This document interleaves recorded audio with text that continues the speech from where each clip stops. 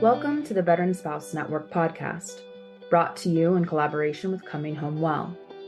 I'm your host, Hannah O'Brien, both a veteran spouse and the program manager for the Veteran Spouse Network. On each episode of our show, I will host different guests to learn more about the stories, unmet needs, and resources available to our military and veteran families. We're the show that's making space for your stories, so that here you know you're never alone.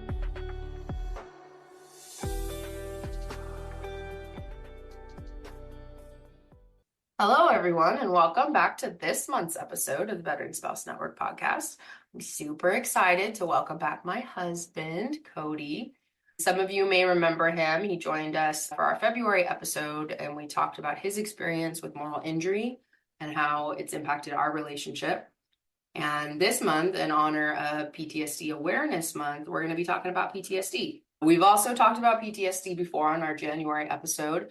And on that episode, you heard me interview a veteran spouse, Lauren, who shared kind of her experience with her husband's PTSD.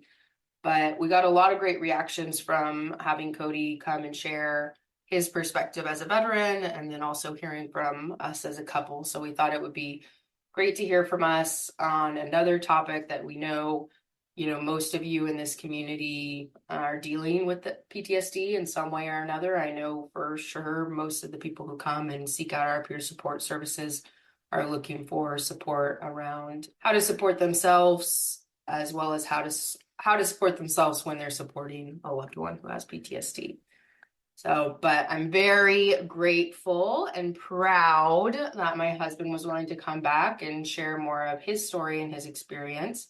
So you guys may already know a little bit about Cody if you've listened to the previous episode, but you may be new listeners. So Cody, I'd love for you to kind of just do kind of a quick intro about your military history and kind of, what you're up to now before we dive in.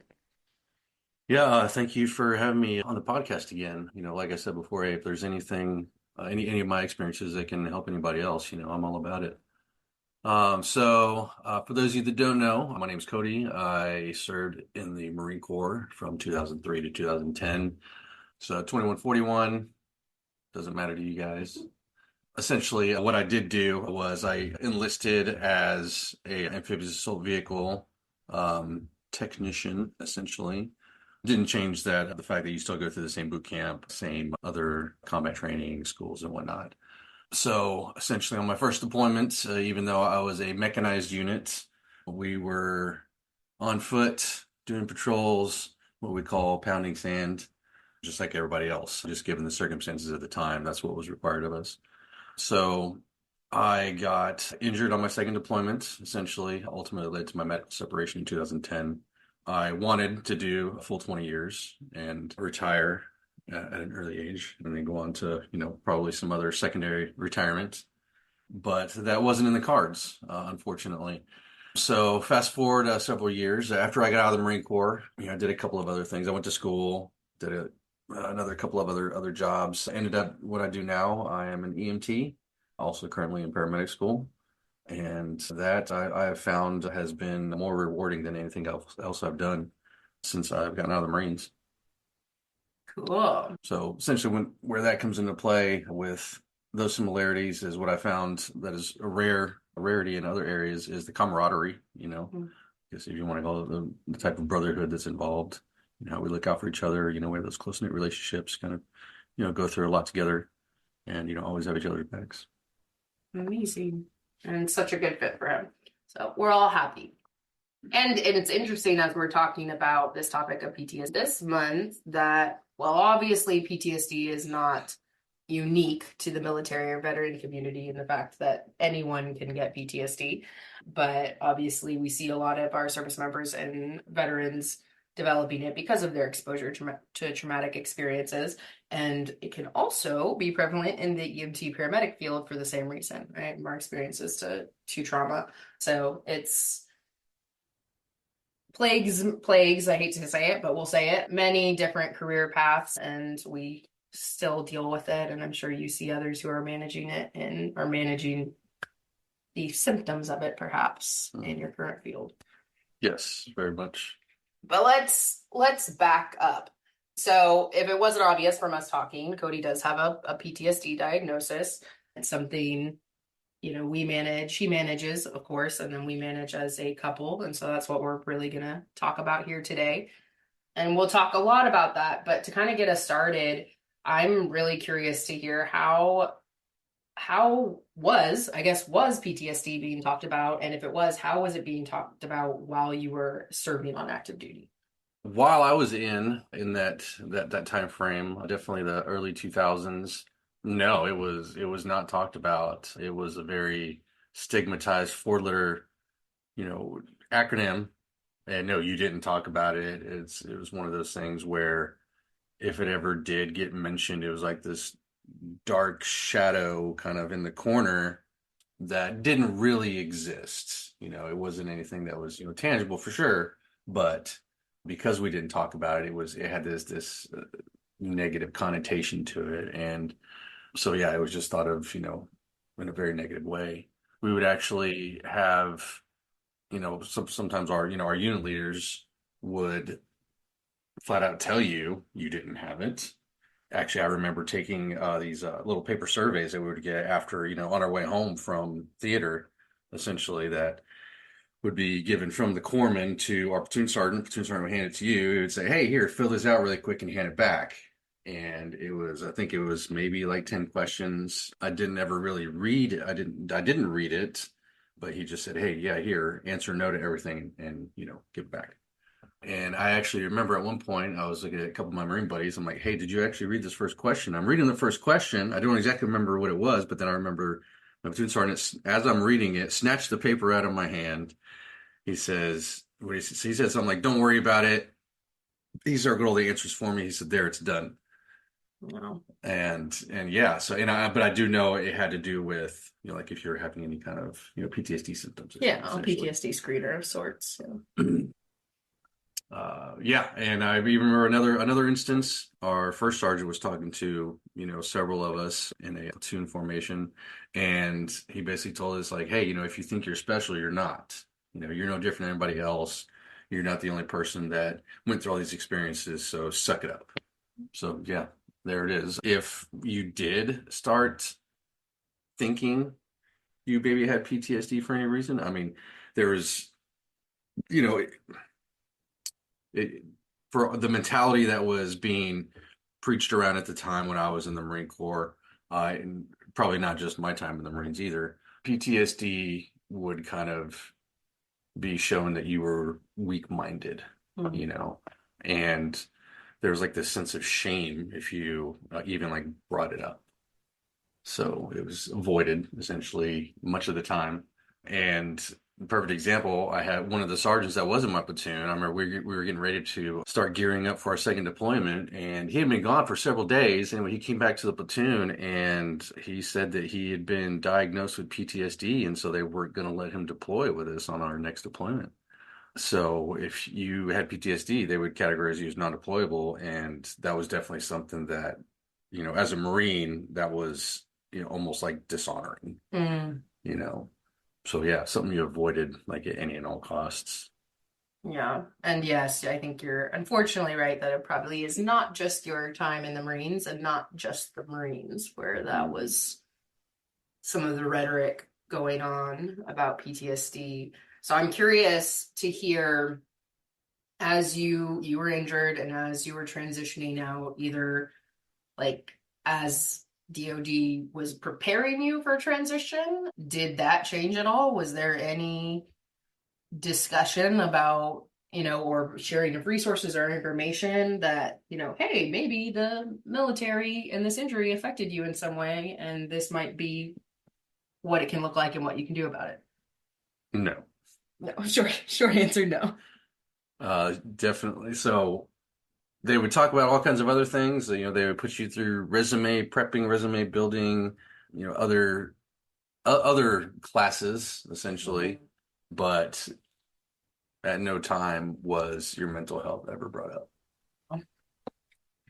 So we talked a little bit, and it then kind of your next part of your journey was seeking care at the VA for your physical injury. Mm-hmm. So what about in that experience? Were they talking to you at all about mental health and PTSD? So when after I got out and I was going to my, physical therapy appointments, they would every single appointment, when I would go in, check in at the desk, before I would sit down to wait to be called back, they would hand me a couple of papers. And every single time they would do this, they would hand me some papers and say, "Here, fill these out really quick, hand them back to us." And they were PTSD screenings. Mm-hmm. So I really didn't know why they were having me take these little surveys and screenings. So I essentially didn't really read them, just kind of filled them out, face value, and handed them back. Yeah. There was no discussion, no, for sure not from the person at the front desk, about here's what these are and here's why we're giving them to you. And then based on how you were filling them out, there wasn't really discussion of them No. initially, at least No. in the doctor's appointments. So so that was kind of the rhetoric and the mood, the general thoughts that everyone had about PTSD that you were kind of in the environment of. So what did, you personally, what did you think about PTSD before knowing you had? I thought I knew what it was, but I really didn't.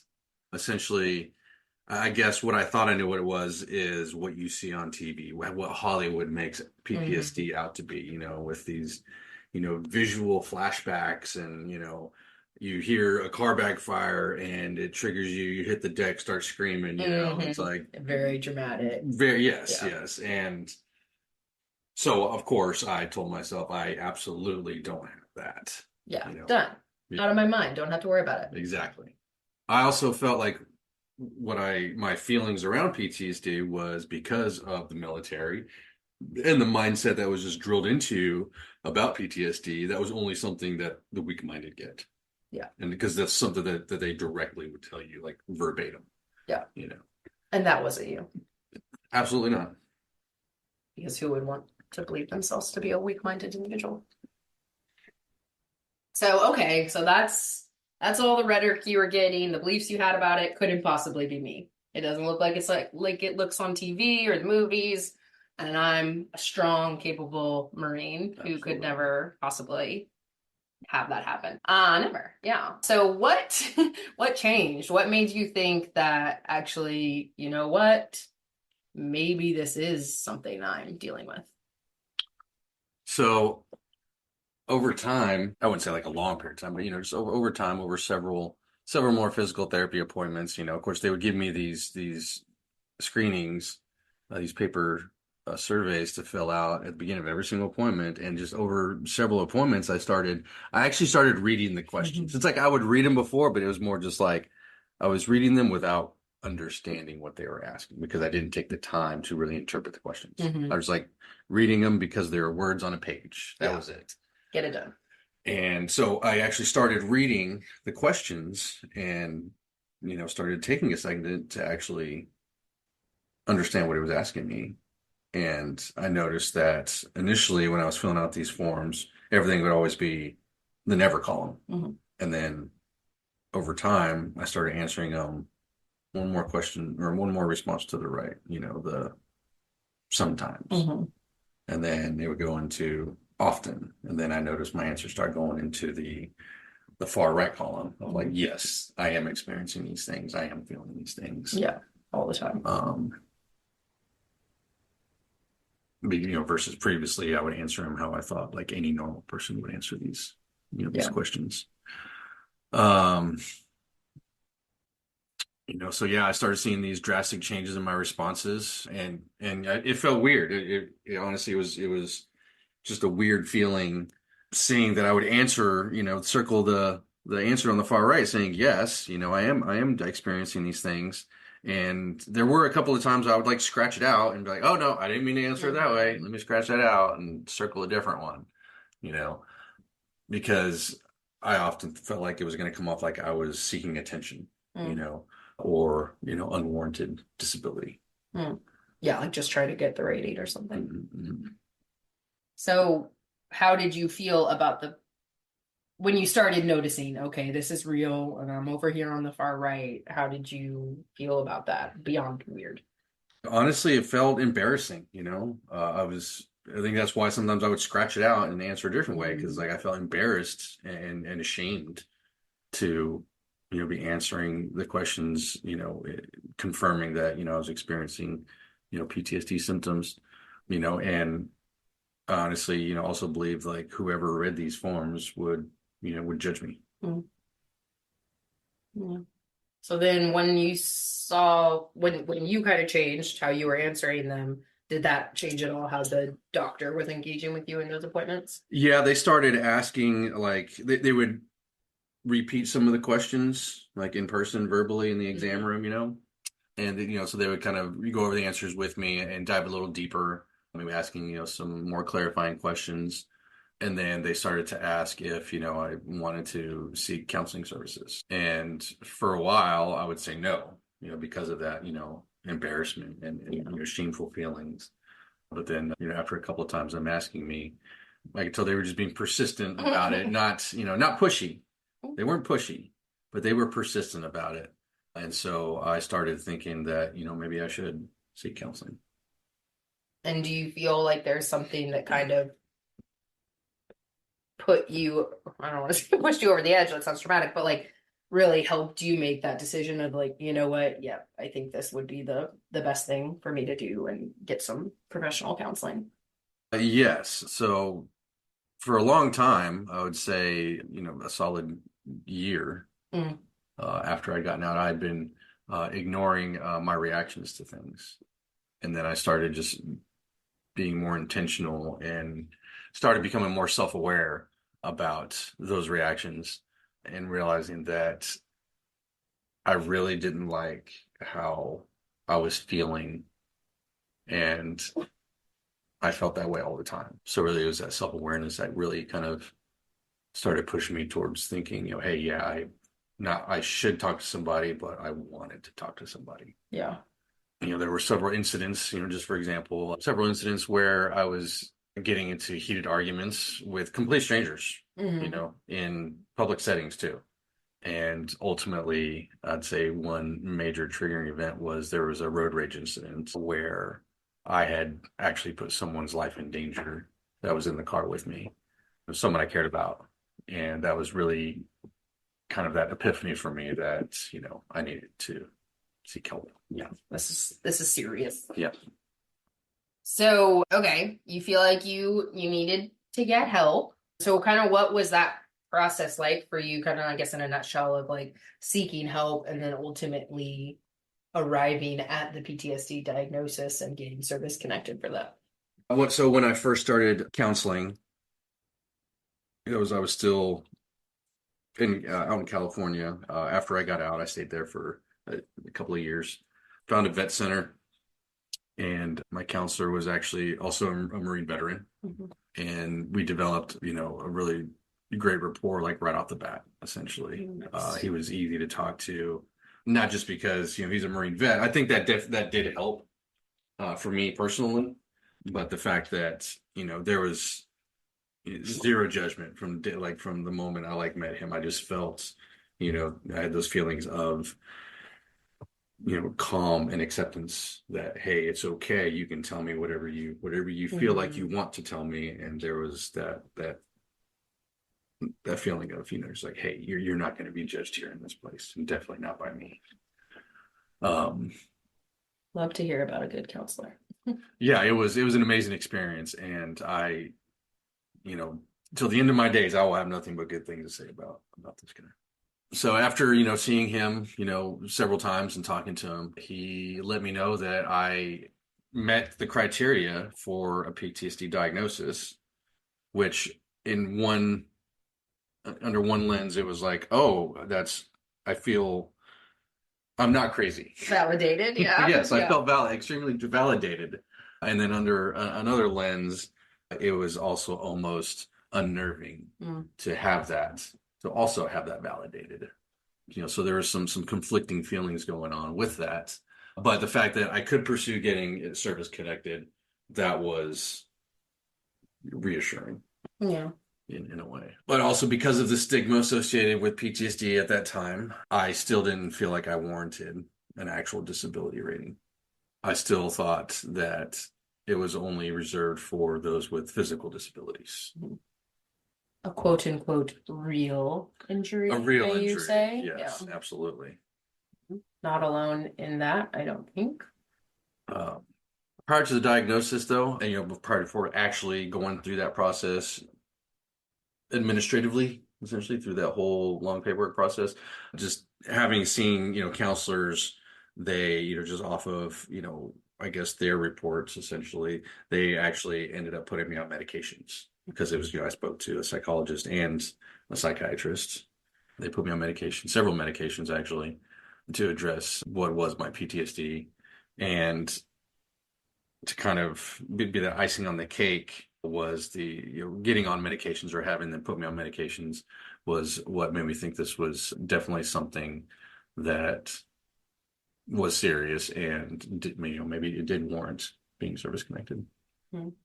I don't think you're alone. That's part of like the biggest stigma we see, right? Is like this belief that there is this serious like difference between physical injuries and mental injuries, and that, one is put up on a much more like, oh no, that's legitimate and this isn't, pedestal. And so it's interesting to me to hear that, like, oh, medication made me think it was legit.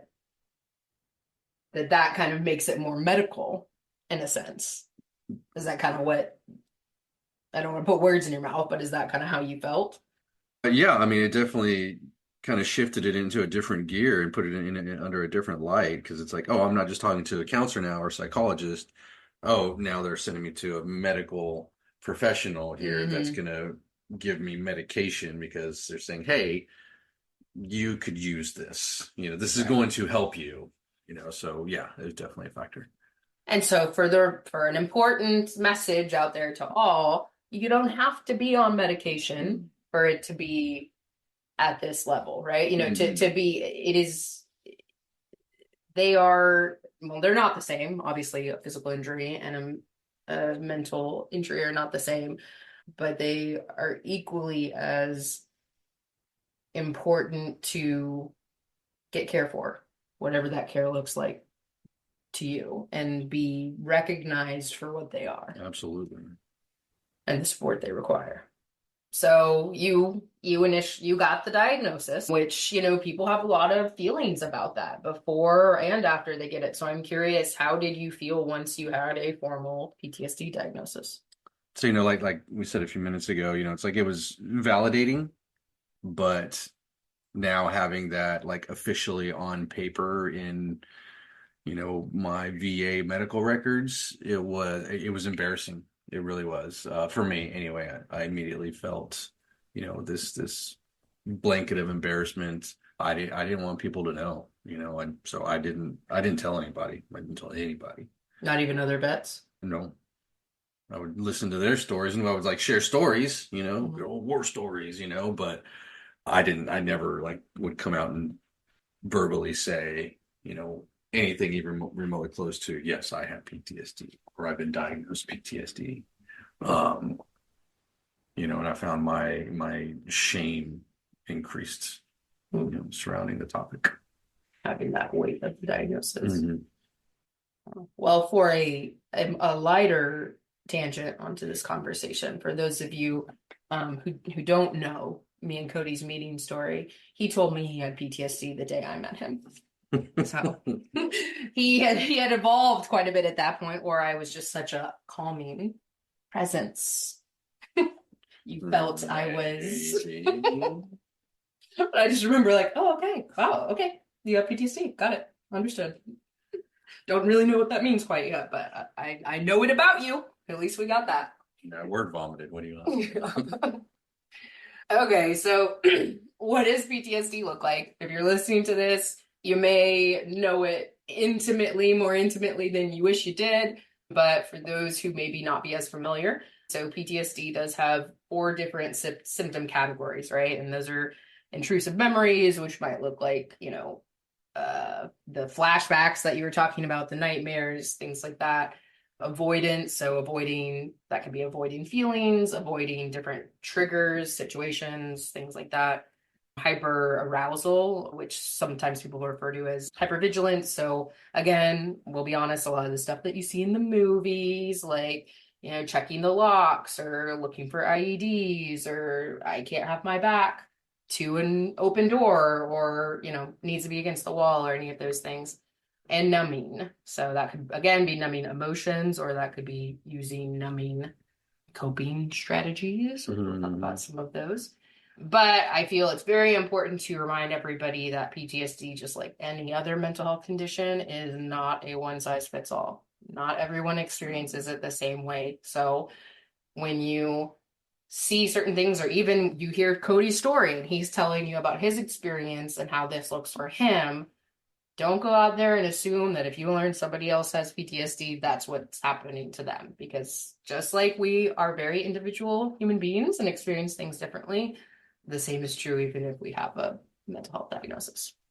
So with that said, with that little disclaimer, I'm curious to know kind of how you have seen those symptoms show up in your life and impact your life.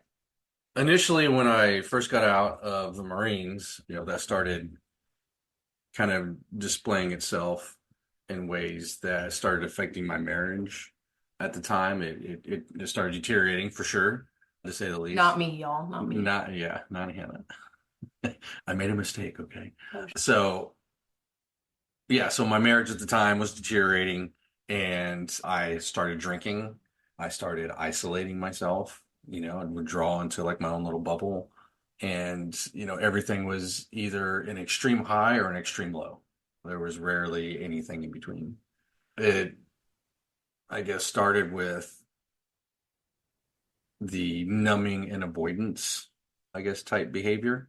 A lot of times I didn't feel like I was actually having any feelings other than probably, anger and rage. Those were the ones that would very easily come to the surface and, let themselves out.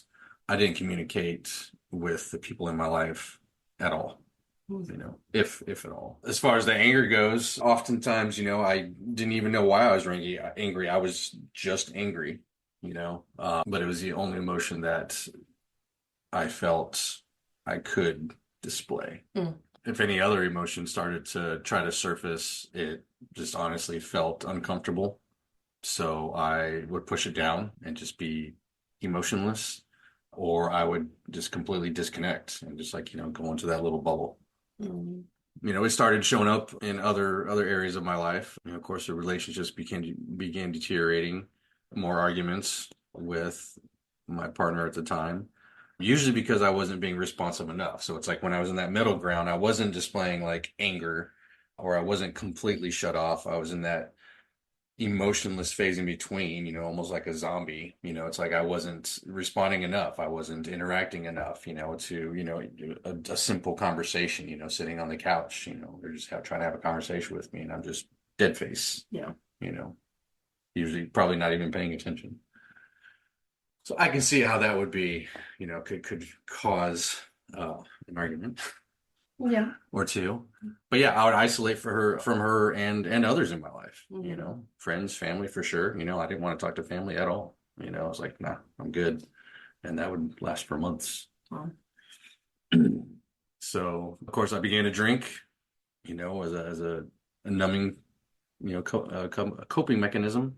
And honestly, it was really more of a distraction than anything. So it was an easy thing to turn to in the beginning. The hyperarousal and hypervigilance, I'd say that was definitely there from right after my first deployment. When I first came home, it's like there are things that were just routine, essentially. Like I like to say, it's like the getting up in the middle of the night, 10 times in the middle of the night, and you walk the house, make sure all the doors are locked, all the blinds are are closed, windows are shut and locked, just make sure everything's secure. And then I would even lock my bedroom door when I would go back to bed. And that's not a typical thing that most people I know do. You keep saying, and I'm like, no, I don't know. Yeah, but, right? But other people listening do know. Yeah. But, ultimately it's like, I felt unsafe, even in my own home because I was used to feeling unsafe. It's like it's this habitual feeling, atmosphere that you're accustomed to being in. So,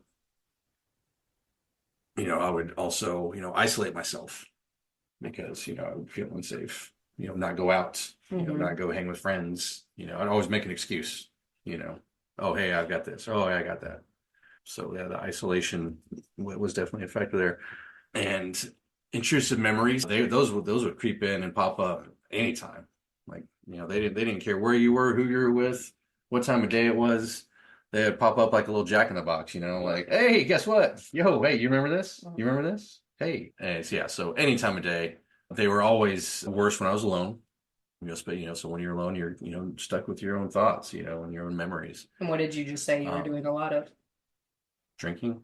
No, isolating. Oh, isolating. You're spending a lot of time So alone. here you go. So I was just perpetuating, those intrusive thoughts and memories by, isolating myself, just really asking for those intrusive memories to rear their ugly faces.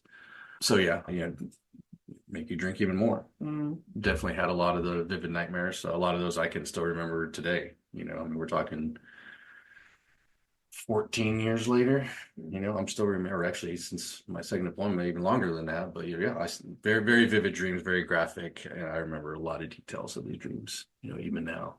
And strangely, I remember dying in most of those dreams too. So of course, this led to more drinking, both alone and when I'd go out. Of course, going out would just perpetuate the avoidance, the avoiding techniques, I guess. But that would also help me avoid isolation. Yeah, kind of, but not in the healthiest way. Not in the healthiest way. So, of course, that on top of already getting poor sleep would just add to more poor sleep, and thus the cycle continues. Yes. So some of this probably sounds familiar to people listening, but again, that's Cody's experience. So, if you have PTSD or you are the loved one of someone with PTSD, again, I'm just gonna say it looks real different depending on who you are. There are, of course, these commonalities, those symptom categories exist, across most individuals, but what that actually looks like in life can be very different. So you talked a little bit about how you saw this impacting some of your relationships. And so what do you feel was the biggest factor, biggest thing that kind of felt like it was problematic for relationships, whether that be with a partner or others in your life? I would say for me, a lot of my PTSD manifests in impulsive reactions to emotions, which obviously impacts relationships with people, as well as, interactions with regular people, anybody, civilian strangers. I have, since grown my self-awareness of when that's happening. And so when I do recognize that and am able to hit that pause button, in the moment, that's a win. It's a huge win every single time, even today. It's like that's a huge win, and that feeling of victory. It's like I can ride that wave for days. A lot of times it'll start as frustration, which is a normal feeling everybody gets probably at least 100 times a day. Frustrated about something, anything. And it can be, a little bit of frustration, or it can be a lot of frustration, Listen, you stub your toe. Oh my God, how frustrating is that, right? Somebody cuts you off in traffic. How frustrating is that? So it usually start off with getting frustrated about something, but then I feel myself getting worked up, and the natural impulse is to have a disproportionate emotional reaction. Can you tell us what that might, give us an example what that might look like, and then kind of how you have learned to kind of put that pause, like you said, in the process and choose a different path? Yes, absolutely. I'll use what I feel would be an easy example, possibly a relatable example, road rage and that's a stranger on the road, right? Yeah. So for a PTSD reaction, or an impulsive, emotional, disproportionate reaction, I'd say, somebody cuts you off in traffic, they don't signal, they don't wave, none of that, and you have to brake check the person behind you because of somebody just cutting you off. So that would probably look like, oh, now I'm going to gas it a little bit, get on their ass, whip around him, get up next to him, stare at him, mean mug him through the friggin' window, and then get in front of them and then cut them off. Mm-hmm. Okay, now you've created a dangerous situation, very unsafe situation. And now your feelings are elevated. Mm-hmm. Now you're hyped up. Now you're worked up. Now you're in the mode. So God forbid they react to your aggression, and you're all hyped up. Who knows where that could go? Absolutely. But now, when that happens. So now when that happens, there's, like I said, and it's taken a lot of work to get here. All right. I will be the first to tell you that it has taken a lot of effort, a lot of growth, a lot of, intentional work to be able to recognize when this frustration is starting to migrate into more than frustration, and to be able to hit that pause button. Right. And now I'm not reacting emotionally. Now I'm intentionally reacting logically, and I'm able to essentially write that person off like immediately. Like not worth my elevated emotion. Not worth the energy, not worth this person first thing in the morning on my way to work, changing course of my day, my mood. Yeah. The entire course, the entire outcome of my mood, which was going to affect my entire day. Yeah. And everybody around me, most likely. Absolutely. No.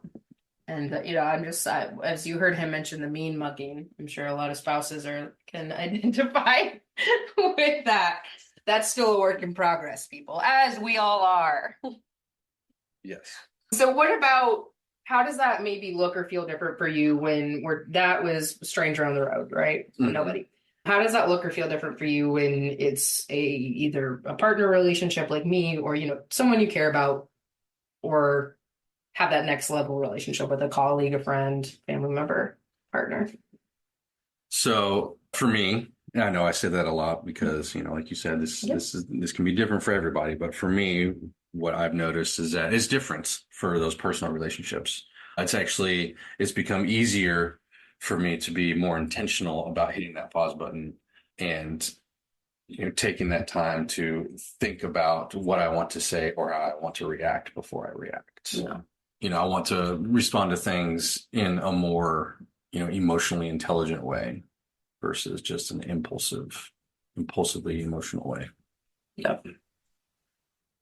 I don't want to react with the loudest emotion that's on the surface and be able to really figure out how I really feel about a situation before responding. Because we all know who the loudest emotion is for all of us. Let's be real. It's never the good ones. All right. So, and when we think about relationships too, this is something that, PTSD impacts your life, and this is something you have to manage, and people in your life can have a positive or a negative impact on that. So I'm curious, what have you seen to be some of those positive and negative influences of people in your life when it comes to you having PTSD? Sure. So I'll start with the negatives, mm-hmm. So at the time, I don't have these friends anymore because of growth. Yeah. Okay. But friends that just wanted to go out drinking all the time. Hey, let's go out. Let's go get a beer. Let's go get a drink. Let's go party. Let's go hang out, Friday night, Saturday night, Sunday night. And then, hey, why not Monday night, right? But so that perpetuated the unhealthy coping of drinking, right? Which then would just, snowball into all the other things that were not helpful. Excuse me. And in the more intimate relationships, there were people who were unsupportive of, what I was trying to navigate. They were flat out just didn't care. They would tell me verbatim they didn't care. Amazing. So then, of course, the reaction to that would be like, well, all right, well, then I'm going to go out drinking. Yeah. Or then I don't care about you that much. Right. Or you don't care about me that much, probably. Because we talked about before, it's out drinking, Fun Cody would come out, Cody, that guy. Mm-hmm. And, but Fun Cody, he was a great. Fun Cody doesn't have PTSD. Absolutely not. Yeah. But then, of course, that would just perpetuate the cycle. Right. Because Fun Cody is not Cody. He's a piece of Cody. Yes. But not your whole self. Exactly. All right. Well, what about the positives? Oh, positives. Okay, my list of positives is far greater, actually. Love it. So my buddy, his name's Degler. A Marine buddy that I essentially what we call. I grew up in the Marine Corps with him. We met early on. We met in boot camp. We went to the same Marine combat training together. Went to the same schools together. Ended up in the same unit together. So, and we went on our first deployment together. This guy, he's probably one of my best friends in the world, and even now, he lives several states away, but we still talk. We still text, we still check in on each other, and we talk to each other about anything and everything. And there's no judgment, there's no shame. It's just we're often being jokingly about a lot of things, but then when one of us is struggling with something, the other one is truly there to listen. Mm-hmm. Peer support. Peer support. I'm telling you, it's like formal or informal, man. It's huge. It is huge. I've had great counselors who have made a genuine difference in my life. I can think of 3 specifically that I've had. And I've gone through several counselors, but that's for a lot of different reasons. I'm not going to go into detail on this, but I found these 3 over my experience in the last 15 years, essentially, that have really made a huge difference in my life. And, I will ask you to say, or say for you, you decide, I think a good message is that, it does take some trial and error. You're not necessarily going to find the perfect fit if you're looking for counseling on the first try. Yes. But you found 3, and maybe some people are like, that sounds small over 15 years, but it's really not. 3 that you could say were really impactful. And if you had stopped looking, say the first one was not, and you stopped looking, you would have never found the other ones. And yeah. And so, some counselors, you go in, you have a session with them, and, you realize, hey, this wasn't the vibe I'm looking for, or, and from what I found too, when you just be very, honest with the counselor, and they've never like lashed back at me, or there was no negative feedback about it from the counselor. They were just they're there for you, hey, and if they're not, then they are the wrong fit. They'd say, I understand. They would be understanding about that, and they would say, hey, my job is to get you to somebody that you do feel comfortable with, and so that you have journey, to advocate for yourself. Absolutely, advocate for yourself. Don't be shy about it. Don't just be there like, oh, they're a counselor, and even if you don't feel like you're completely comfortable, and it may have nothing, like you may not be able to pinpoint any specific thing other than, it's not working. Yeah, it's just not working for whatever reason. It doesn't matter the reason, and they'll refer you to the next person. Mm-hmm. So keep trying. Keep trying, and this is in no particular order. I want you to know. Okay. Otherwise, I would have been number 1. Positive influences in my life. Now, if we're going in a timeline order, yes, here. So my amazing and beautiful wife, Hannah, surprising, right? Has been a huge positive influence on my mental health in a variety of ways. I mean, I could sit here for an hour and talk to you about it. We don't have time for that. We don't.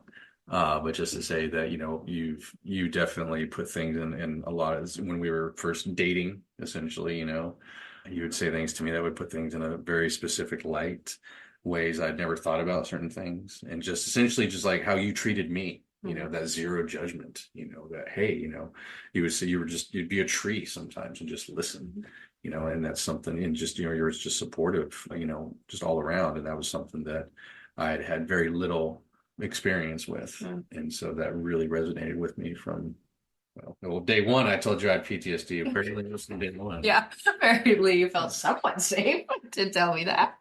And some of the best friends I've ever had were dogs, and not just any dogs. Like these guys were my best friends. I had one dog that we used to have. I actually found him as a puppy before Hannah and I met. Found him as a little, like, roughly 10-week-old puppy. His name was Trooper. Rest in peace, buddy. He was my best friend in the world. He saw me through everything after the Marine Corps. And yeah, he'll always be, imprinted on my heart for sure. I miss you, bud. The unconditional love and support that, they offer, there's no comparison. Yeah. And last but certainly not least. Certainly not least, our daughter, Reese. She has definitely changed me in ways I never even, considered. Essentially, people always say, "Oh, when you have kids, you change, you change." Sure, I'm yeah, like, okay. yeah, Obviously, okay, yeah. whatever, yeah, you're a parent now, okay, I get it, but I didn't get it, and now I do get it, and even more so, those day-to-day struggles when it comes to PTSD, it just really puts things, in a different light to where, I want to be that better person every single day and set that good example for her, that healthy example. And so just, having Reese has really, shifted things into a completely different gear for me when it comes to my PTSD. And, anytime I even remotely start feeling reactive to any kind of situation. Pause. hmm That pause button gets like almost automatically activated. Yeah. Which, like, from the outside looking in, like, I I was, we're all worried about how we're going to be as parents, and I won't lie, I was concerned what will PTSD look like with a kid around, like how is that, going to impact things. I spent a lot of time thinking about it before we got pregnant, when we were pregnant, and I have totally just exactly what you described was like obvious to me almost from day one of just like this whole mental shift about, who you wanted to be for her and how you wanted to model and, be able to regulate your emotions and, things that, let's just be honest, we all need to be super aware of when we're parenting, but it's been really cool to see that shift happen. Are you calling me cool? Cool. We're cool parents, y'all. Believe it. But yeah, so shout out to our daughter. She's the best. Reese. So, we're a couple talking about PTSD and how we manage this in our relationship. So you've heard some, but not much. And so I was going to share a little bit from my perspective of, how my journey in understanding your PTSD, and also like how my behaviors and reactions to things like played on PTSD. We talk a lot about the walking on eggshells that loved ones feel they are doing to like not trigger someone with PTSD. That is a very real feeling, and to some, I'll be honest, I would say to some degree, like doesn't fully go away. There will be things even I'll think about. I'm like, oh, is this gonna? Are we? I'll be really looking at you, like eyeballing you, like, is he good? That person just cut us off, like, or, whatever it might be, like, oh, it's a stressful, something stressful is going on in our lives. And, so I can't turn that off fully. But, figuring that out was such a wild ride. And I'll be the first to admit it was not a pleasant ride. I don't like roller coasters. It was a roller coaster, and I don't like them. So it was a roller coaster for me. Trying to figure out why you were talking about those kind of impulsive reactions you had to, or emotional reactions you had. And I would be sitting there like, what's going on? Like, this was a very normal thing. And I kept trying to put myself in your shoes. And that was probably the first problem, was I thought I could, and I thought I really could. Like, I could be like, this is how I would react to this situation. He's blowing this way out of proportion. He just needs to understand how not a big deal this is. And I would try and rationalize with you. I would try to, if I felt like you weren't understanding where I was coming from, that was, my own baggage of, I still kind of do, but have had a lot of issues of like feeling like I wasn't being understood. And so I would like butt heads with you. And if you've heard me talk before, you've probably heard me talk about a video I love where this spouse talks about her understanding of her husband's PTSD, and she describes him as three guys, right? He's the man she married, the man she loves. He's his military culture, all those behaviors, yada, yada, yada. And he's Rambo. And Rambo is his PTSD. And I remember the moment I watched that video for the first time, it was like the skies opened up. I was like, this is exactly what it feels like. And since then, I've, talked to honestly probably hundreds of spouses at this point who are like, yes, yes, yes, yes, that is what it feels like. And they have their own nicknames. So for her, it was Rambo.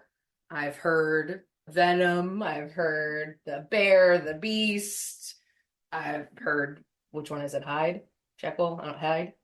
I don't know. Whatever. Yeah, Mr. Hyde. There we go, Mr. Hyde. I've heard the Hulk, which I know you like. And for me, I just for whatever reason decided to call it your guy. Your guy is out. Your guy is showing when you're kind of having this emotional, not that guy, when you're having that heightened emotional reaction, right? And it's been really helpful for me to think about it that way and to talk to you about it that way, because what I learned quickly is that guy doesn't care about the same things that Cody, my husband, cares about. I don't really have a relationship with that guy. Not anything healthy. That guy is seeing red, and he has one agenda, which is to be the loudest emotion in the room. Hulk smash. Hulk smashed. Can't reason with that guy. And Lord, did I try? I tried, and I didn't understand for the longest time. And I also took it real personally. Everything that guy did, I took really personally and I really blamed myself. I thought I did something to hurt you, to upset you, and I really couldn't understand what it was. And it really made me feel quite bad about myself, trying to figure out what I was doing wrong. And it was when I saw that video that I realized, oh, I'm not doing anything wrong. This isn't about me. Maybe something I said triggered something, or something happened triggered something, but this reaction is not about me. It's not even really at me. I'm there, I'm physically receiving it, but this is someone else talking to someone else. Something else talking to someone else. And that I can speak from at least the spouse perspective was huge, because then I could learn how to identify when that guy was talking to me and change my response and change how I felt about it. Let's pretend it's not an easy thing to do. It doesn't happen overnight. Doesn't mean it doesn't sometimes make me feel bad, but more often than not, I can quickly identify it and say, you know what? He needs to have his moment in the sun. I can be here for that and be supportive and just be a tree and listen to him. Or if I can't handle that right now, I can remove myself from the situation, because he's going to calm down in a little bit. He just needs to have his moment. But that's been my experience, but I just talked for a really long time. So I'm curious, what's been helpful to you? Do you find that helpful to think about it in that way? Actually, yeah. And, one thing that's really helped, with my own self-awareness is, you bringing all that information to me, from the very first time that, you approached me with your feelings and how it affects you. And, like I said, it's just increased that self-awareness when it comes to, those heightened emotional responses and, the Hulk wanting to come out. I definitely say it's, it happens, less frequent. Oh, yes. Like barely at all. Yeah. And so that's taken, just like, I said it earlier, a lot of effort, a lot of hard work, just being intentional. But I'd say, for me, things that have, really helped is, just that communicating, like I say, you've communicated with me. It's helped me, consider your aspect of things and then how that affects, others around me, and, being able to have a conversation about it, and vice versa, have you communicate with me, how you're feeling, what you're experiencing, communication, y'all, couples need to do it, period, no matter what you're dealing with. But like, we talk about this stuff a lot, and like, well, that makes it sound like we're constantly talking about it, but like, And now I feel like it's gotten to a point that one technique that's very important that I've learned is having these conversations with my husband, Cody. Yes. Not with that guy, because that guy he's not the full you. So he's not he's not that emotionally intelligent, self-aware version of you. And so striking when the iron is cool and being intentional, because I think sometimes what used to happen, which I hear a lot of other spouses say, is like they try to have the conversation in the moment, it doesn't work. It's not going to work. Like, let me just tell you that it's not going to work. But then it's never revisited, you know? Right.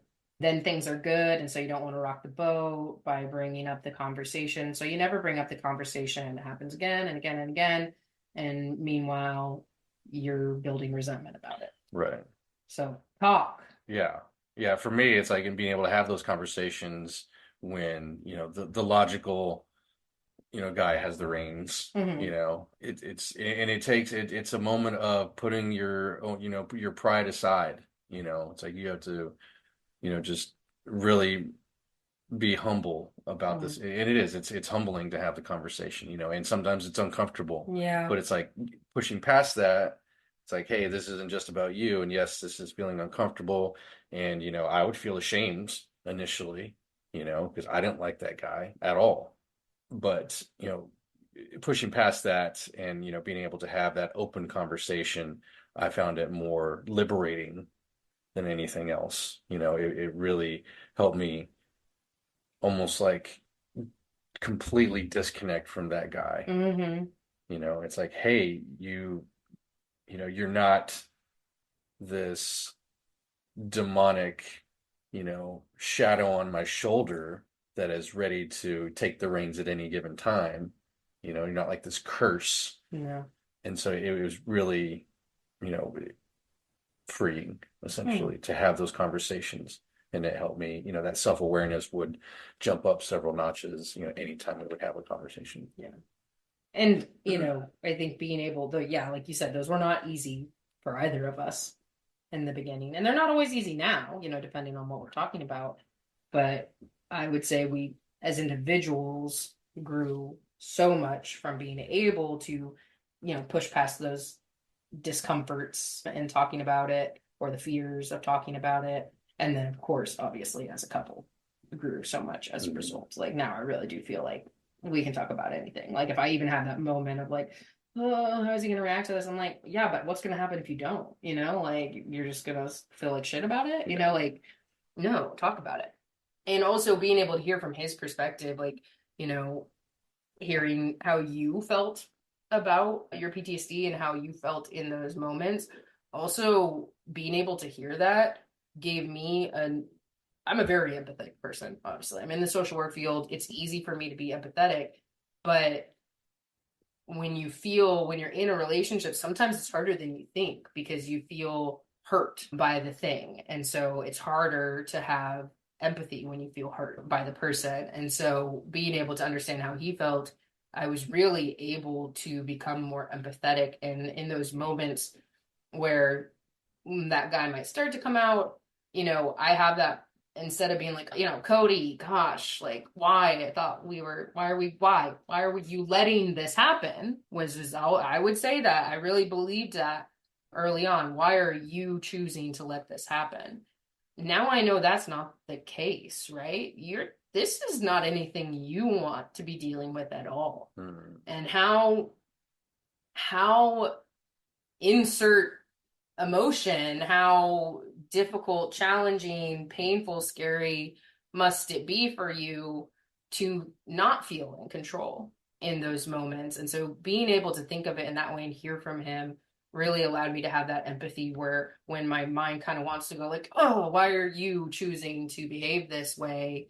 Reminding myself that you're not. And then, you know, for all those people listening, like, okay, yeah, but it's not getting any better. It's about what they do after the fact, right? Are they making changes? Or do they want to make changes, and are they taking steps to get healthier? You know, to work on this for themselves and with you and for your family, because that's all they can do. And so remembering that has been so helpful for me to be more empathetic in those moments and not not take it personally and not get upset at Cody, my husband, right? Yeah, and sometimes it feels like, the day to day, you're not making any progress, but it's those little slivers of efforts on that day to day that end up being huge chunks of improvement. Yeah. And so as we wrap up, I think it's helpful to hear what are some of those things day to day that you put into practice that you feel like really help you kind of manage that. Honestly, I first learned about, I'm gonna throw the term out there, self-care. Self-care. Okay. I know people throw it around, willy-nilly these days. Is that even something people saying anymore? Jesus. You just said so apparently, people just kind of nonchalantly throw it out there, but I first learned about self-care from you. I'm like, oh, self-care. Like, if I could break it down, I think I know what that means, but I cannot stress self-care enough.